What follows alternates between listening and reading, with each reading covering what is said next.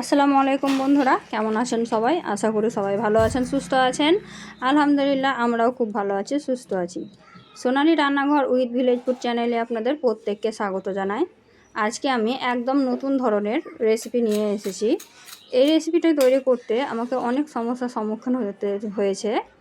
আজকে আপনাদেরকে এটাই দেখাবো যে একটা নতুন রেসিপি তৈরি করতে কতটা প্রবলেম হয়। সব সময় যে একটা সাকসেস রেসিপি তৈরি হয় না, অনেকটা কষ্টের পরে তৈরি করতে হয়, সেটাই আজকে আমি আপনাদেরকে দেখাবো। তো চলুন দেখে নেওয়া যাক যে এই রেসিপিটা আমি কিভাবে তৈরি করেছি। খেতে অনেকটা সুন্দর হয়েছিল, কিন্তু অনেকটা কষ্ট করে তারপরেই তৈরি করতে পেরেছি। রেসিপিটা তৈরি করার জন্য আমি প্রথমে একটা কড়াই নিয়ে নিয়েছি। কড়াইয়ে দিয়ে দিয়েছি সাদা তেল অল্প পরিমাণে। তারপরে আমি এখানে হাফ বাটি পরিমাণে দিয়ে দিয়েছি সুজিটাকে আমি ভালোভাবে নাড়াচাড়া করে একদম ভাজা ভাজা করে নিয়েছি। এটাও দেখতেই পাচ্ছেন, একদম ভালোভাবে আমি নাড়াচাড়া করে ভাজা ভাজা করে নিয়েছি। সুজিটা যখন আমার একটু লাল লাল হয়ে ভাজা ভাজা হয়ে গেছে, তখন আমি এর মধ্যে অ্যাড করে দিয়েছি 2 বাটি পরিমাণ জল। প্রথমে 1 বাটি দিয়ে একটু নাড়াচাড়া করে নিয়েছি, তারপরে আমি 1 বাটি আবার জল দিয়ে অ্যাড করে নিয়ে ভালোভাবে নাড়াচাড়া করে মিশিয়ে নিয়েছি। না হলে কিন্তু শক্ত হয়ে যেত, গোটা গোটা হয়ে যেত, তখন কিন্তু ভালো হতো না। তারপরে আমি নাড়াচাড়া করে একদম একটা পারফেক্ট ডো তৈরি করে নিয়েছি। এইটাও দেখতেই পাচ্ছেন যে আমি এইভাবে ডোটা তৈরি করে নিলাম। দেখুন একদম শুকিয়ে গেল জলটা। আর যেহেতু সুজিটা তেলে ভেজেছিলাম, তা যখন দেখবেন যে তেল ছাড়তে শুরু করে দিয়েছে আর কড়াইয়ের গায়ে একটুও সুজি লেগে নাই, তখন বুঝবেন যে ডোটা পারফেক্টভাবে তৈরি হয়ে গেছে। এখন আমি ডোটাকে সেট করার জন্য 5 মিনিট মতো ঢাকা দিয়ে রেখে দেব। এটা আমি ঢাকা দিয়ে দিলাম। তারপরে আমি 5 মিনিট পরে ঢাকাটা তুলে আপনাদেরকে দেখাচ্ছি। এই তো সেট হয়ে গেছে। এখন আমি এটাকে নামিয়ে নেব। এখানে আমি সুজির ডোটা তৈরি করে নামিয়ে নিয়েছি। এখন আমি এর মধ্যে আবারও তেল দিয়ে দিলাম। দিয়ে আমি জিরা দিয়ে দিলাম, পেঁয়াজ কুচি, রসুন কুচি আর টমেটো কুচি দিয়ে ভালোভাবে নাড়াচাড়া করে নিচ্ছি। নিয়ে আমি এর মধ্যে দিয়ে দিচ্ছি পরিমাণ মতো লবণ। এই তো এখানে আমি পরিমাণ মতো লবণ দিয়ে দিয়েছি, 1 চিমটি লবণ দিয়েছি। 2টা ডিমের এখানে ঝুরি তৈরি করব তার জন্য। তারপরে আমি দিয়ে দিলাম শুকনো লঙ্কা আর জিরা ধনিয়া পাউডার অল্প পরিমাণে। তারপরে আমি 2টা ডিম ফেটে দিয়ে ভালোভাবে নাড়াচাড়া করে দেখেন একটা ঝুরি তৈরি করে নিয়েছি।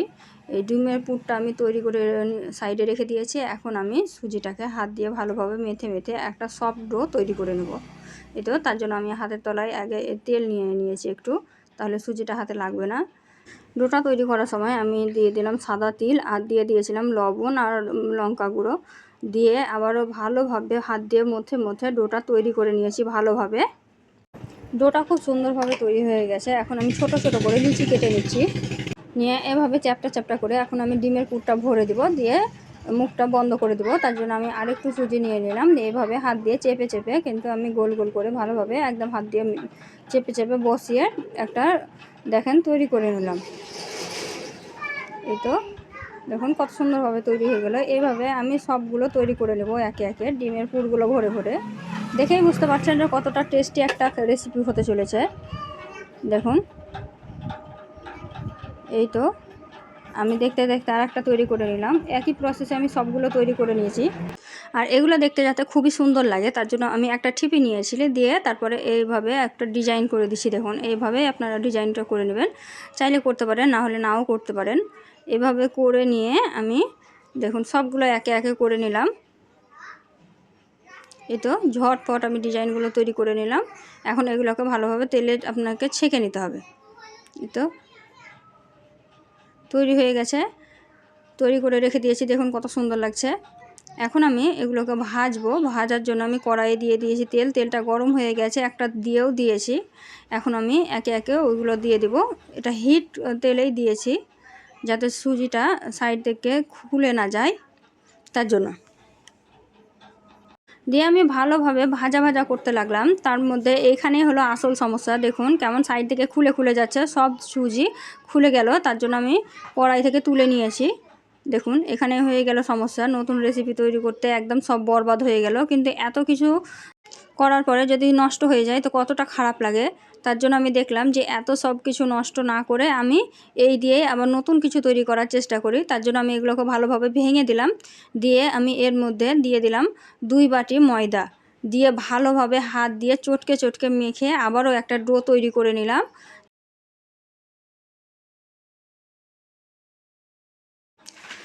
দেখুন কত সুন্দর একদম এবার একটা ঝুড়ি ঝুড়ি হয়ে গেছে, এগুলো ভালোভাবে মাখানো হয়ে গেছে। দেখুন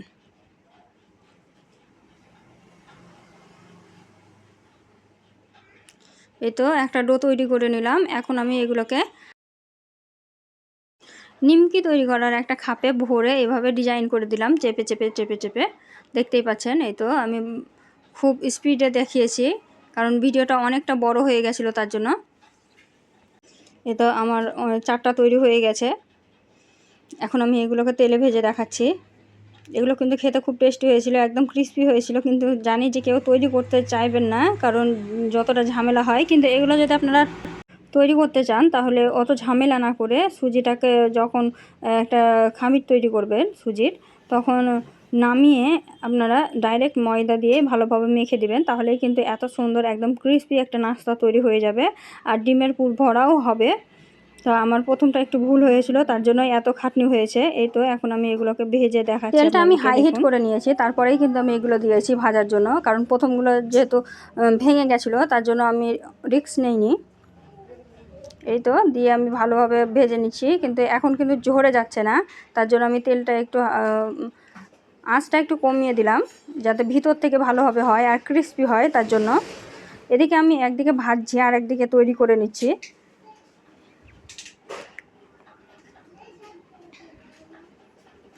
ভিডিওটি যদি প্রথমবার দেখে থাকেন আর আমার চ্যানেলে যদি নতুন বন্ধু হয়ে থাকেন, তাহলে অবশ্যই আমার চ্যানেলটিকে সাবস্ক্রাইব করে নেবেন আর পাশে থাকা বেল আইকনটিকে প্রেস করে দেবেন।